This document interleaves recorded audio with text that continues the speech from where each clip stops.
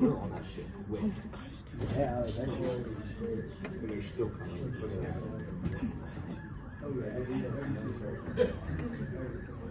The unmarked van. Oh, unmarked vehicles. So many colors, so many colors.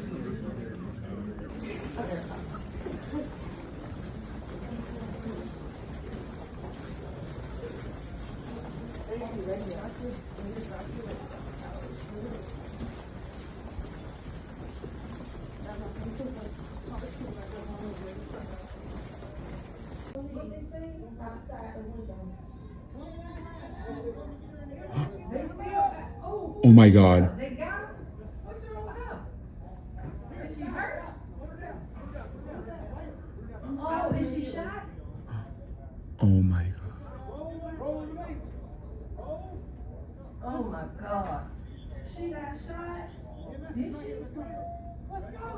Oh, yeah, she got shot. Is she? Like a black girl. Yeah. Oh my God. Yeah, that's a student. She got shot. Oh my God. Yeah, yeah. They told me.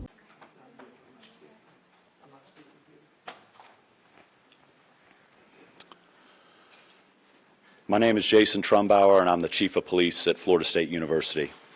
All Florida State University classes and business operations on the main campus in Tallahassee are canceled through Friday, April 18th. Essential employees should check with their supervisors for further reporting instructions. All FSU athletic events in Tallahassee are canceled through Sunday.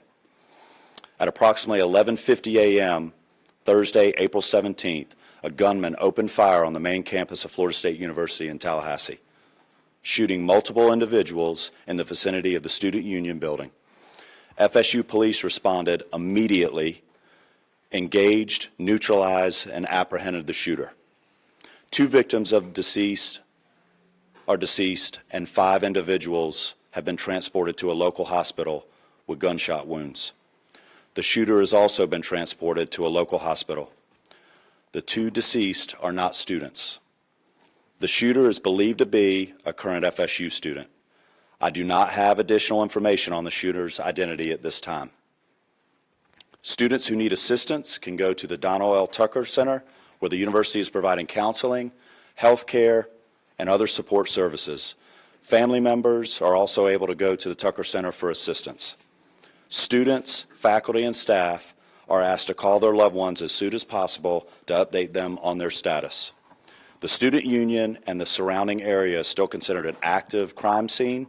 Individuals should avoid the area.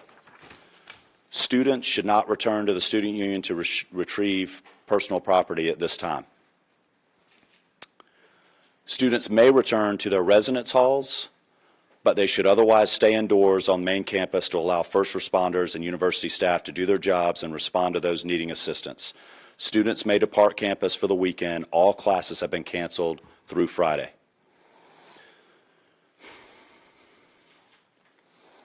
Before I turn this over to Chief Revel, I want to thank all the brave men and women of the FSU PD for responding immediately to the scene. I also want to thank the responding agencies who have provided assistance to FSU today big time, including the Tallahassee Police Department, the Leon County Sheriff's Office, the Florida Highway Patrol, Leon County Emergency Medical Services, FDLE, and all other responding agencies today. We really appreciate your support. That's all the information I have at this time. We'll have additional update for you later today. Chief Revel. Good afternoon. I am Chief Revel with the Tallahassee Police Department. As the shooting occurred today, our officers, as well as every single other officer in this city and county, responded immediately to this scene. Once on scene and once we began working through what was occurring and what we were working, in consultation with FSU, Tallahassee Police Department was asked to take lead on this. So we will be the lead for this investigation in both the officer involved shooting portion of this as well as the homicide portion of this. I will come up after the last speaker and entertain just a few questions, but needless to say, we have multiple crime scenes. This is a very large area we're covering. We have thousands, hundreds or thousands of witnesses. And again, this is an active, ongoing investigation. So the information that we will be allowed to release right now may be fairly limited. I'll answer what I can at that time. But I will assure you that as soon as we can, any information that becomes available, we will make that available to you. One of the things in the process, and again, understand that this is an ongoing, active investigation. So things are happening as we are standing here and as we are speaking.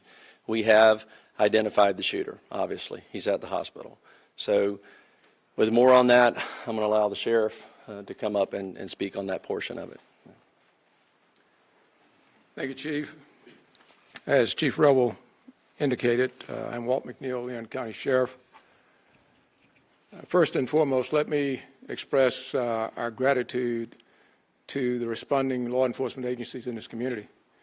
Our citizens should feel some degree of comfort knowing that your law enforcement agencies are going to respond and do exactly what we did in this case, that is bring the offender to justice and to make sure that we do what we can to make sure we lock him or her up. Let me say to you, this is obviously a heinous crime. Our deepest condolences go out to the FSU family, the families of the students who are here, and we understand that you all have been devastated because of this person's actions. The question as it relates to who is the shooter is 20-year-old Phoenix Eichner, and he's the son of a Leon County Sheriff deputy. Our Deputy Eichner, has been with the Leon County Sheriff's Office for over 18 years. She has a tremendous job that she's done. Her service to this community has been exceptional. Unfortunately, her son had access to one of her weapons, and that was one of the weapons that was found at the scene. And we are continuing that investigation into how that weapon was used and what other weapons perhaps he may have had access to. The alleged shooter was also a long-standing member of the Leon County Sheriff's Office Citizen Advisory or Youth Advisory Council. So he has been steeped in the Leon County Sheriff's Office family, engaged in a number of training programs that we have. So it's not a surprise to us that he had access to weapons. This event is tragic in more ways than you people in the audience could ever fathom from a law enforcement perspective. But I will tell you this, we will make sure that we do everything we can to prosecute and make sure that we send a message to folks that this will never be tolerated here in Leon County, and I dare say across this state and across this nation. Thank you. Let me bring up the FBI Assistant Special Agent in charge, Hubert Reynolds.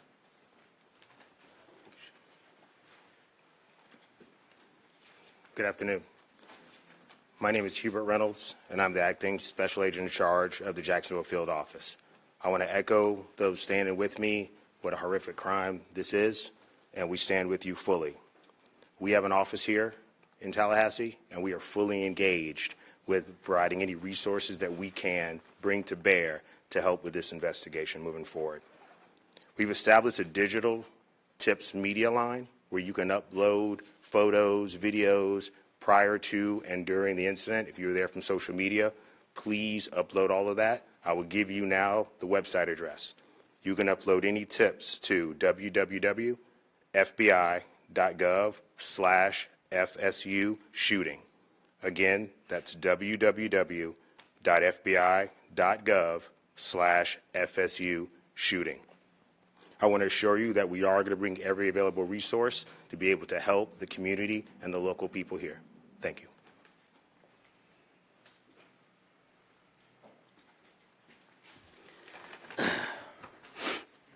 Good afternoon, everyone. I'm Richard McCullough, Rick McCullough, the president of Florida State University. This is a tragic day for Florida State University. We were absolutely heartbroken by the violence that occurred on our campus earlier today. 2 have died. 5 other innocents are being treated for their injuries. We're working to support the victims, their families, and everyone affected by this traumatic event. I just returned from the hospital where the First Lady and I met some of our students who were the victims. Our hearts go out to our students and the victims of this terrible tragedy. I have to say that our law enforcement, our FSU police officers, are absolute heroes in this regard. The call went out, someone called it in, and immediately they responded to the scene and immediately neutralized the suspect and prevented this from being a bigger tragedy. I want to thank them so much for what they do to try to keep our students safe. I want to thank all the law enforcement partners, FSU Police, Tallahassee Police, Leon County Sheriff's Department, Florida Highway Patrol, and the Florida Department of Law Enforcement, and all other responding agencies for their rapid and courageous response. I want to thank everybody that came out to visit with the students and to help us and to be here today for this press conference, and I appreciate so much the support that you're all providing to our university and to our students. We're fully cooperating with the investigation, and we defer to law enforcement as they continue their work. I'd also like to thank all the healthcare providers at Tallahassee Memorial Hospital that are treating and providing outstanding care to our victims. Right now, our top priority is safety and well-being for all the people and our campus. As it was said, classes are canceled. On the main campus today and tomorrow, and all FSU athletics events on Tallahassee are canceled through Sunday. We also want to tell you that counseling and psychological services are available to students, faculty, and staff, and anyone that needs that should call 850-644-2003. We're also providing support for faculty and staff through our employment assistance program. And so if you need any help, please reach out. We'll continue to communicate with the campus community as we know more. This is a deeply emotional time, but we're all here to support each other. We're going to do everything we can to support our community.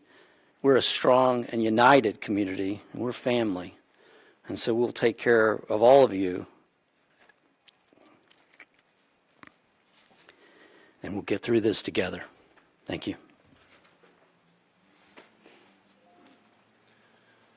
All right, at this time we will take a few questions. Let me just reiterate, this was a massive response, a massive response of law enforcement personnel. Our federal, state, local partners have continued to build relationships that long preceded this event, and that came into great play today in the seamless way that we all came together to work these events. But I know you'll have some specific questions. I will tell you right now, we are not going to talk about the victims other than the fact that there are 6 of them, two additional deceased, and then the suspect, so 9 total persons. 9 total persons. Yes, sir. Have you all been able to talk to the suspect at all? Any idea about motive? The suspect invoked his rights not to speak to us. Chief, do we know if the weapon that was used was his parents' service weapon? And if so, what are the rules around storing service weapons? Right. No, that's a good question. This weapon was a weapon that the deputy previously used, A lot of times, many agencies, mine included, when we transition to a new handgun, the officers are allowed to purchase the handgun they used prior. And correct me if I'm wrong, Sheriff, but I believe that's the case here. This was a handgun that deputy used prior to them transitioning to a new handgun, and so it was her personal handgun. Is she put on leave or? The sheriff would have to speak to that. We will do a thorough investigation to look at all aspects of it. There's no cause right now that we're aware of that would require her to be placed on any kind of suspension or otherwise. Yes, ma'am. We've been hearing stuff that it was a deputy who was a school resource officer. Is that true? That is correct. Yes. Chief, those injured, those killed, or any of those members of law enforcement? I'm sorry? Anyone who died in the shooting or was injured in the shooting, were any of them members of law enforcement, whether it be the... No, they were not. They were not.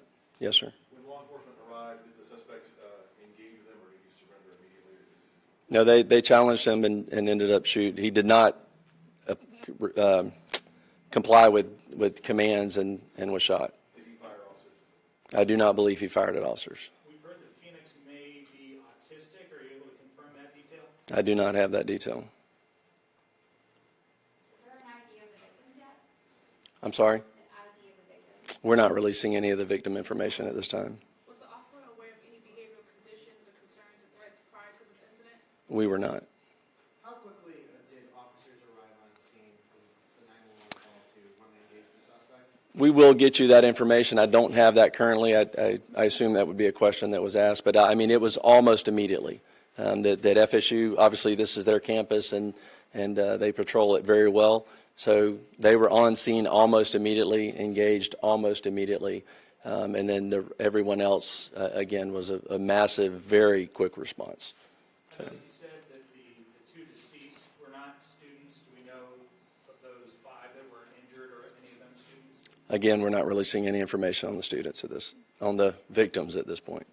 Specifically, what firearm did he use? I'm sorry? What kind of firearm was he using? It was a handgun. What kind of handgun? I don't know what type of handgun that was. It was probably a 40. I don't know. Yeah. Chief, I heard a report that a shotgun was also recovered on campus. Was that used in the shooting? We do know that he had a shotgun with him. We have not confirmed anyone was shot with a shotgun at this point.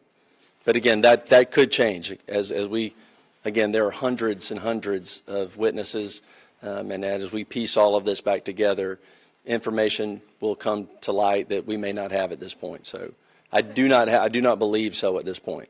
We'll take one more question.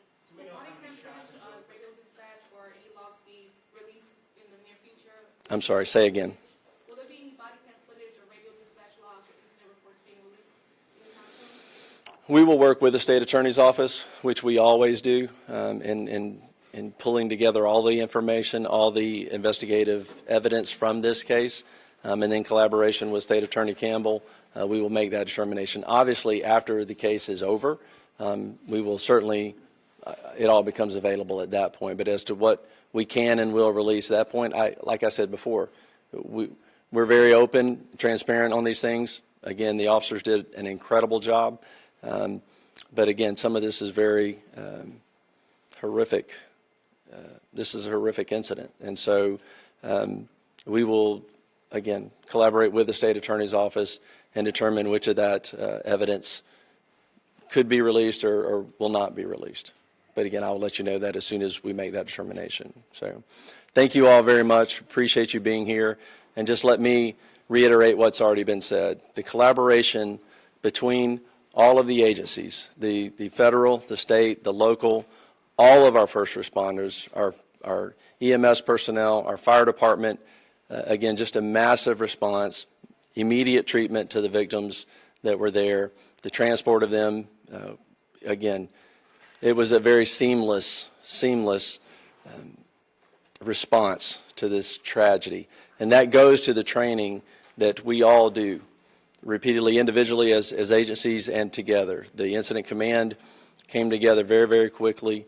And again, I could not be more proud of the response and more horrified at the act. So thank you very much. Can you please just real quick verify again one more time the number of people injured and dead? Our number was 8. We just Sure. Total number of 9. That includes the suspect. So there are 6 victims that are injured, 2 victims that are dead, and 1 suspect.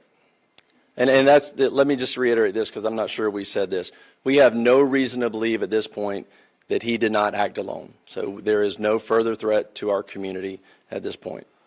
So thank you very much.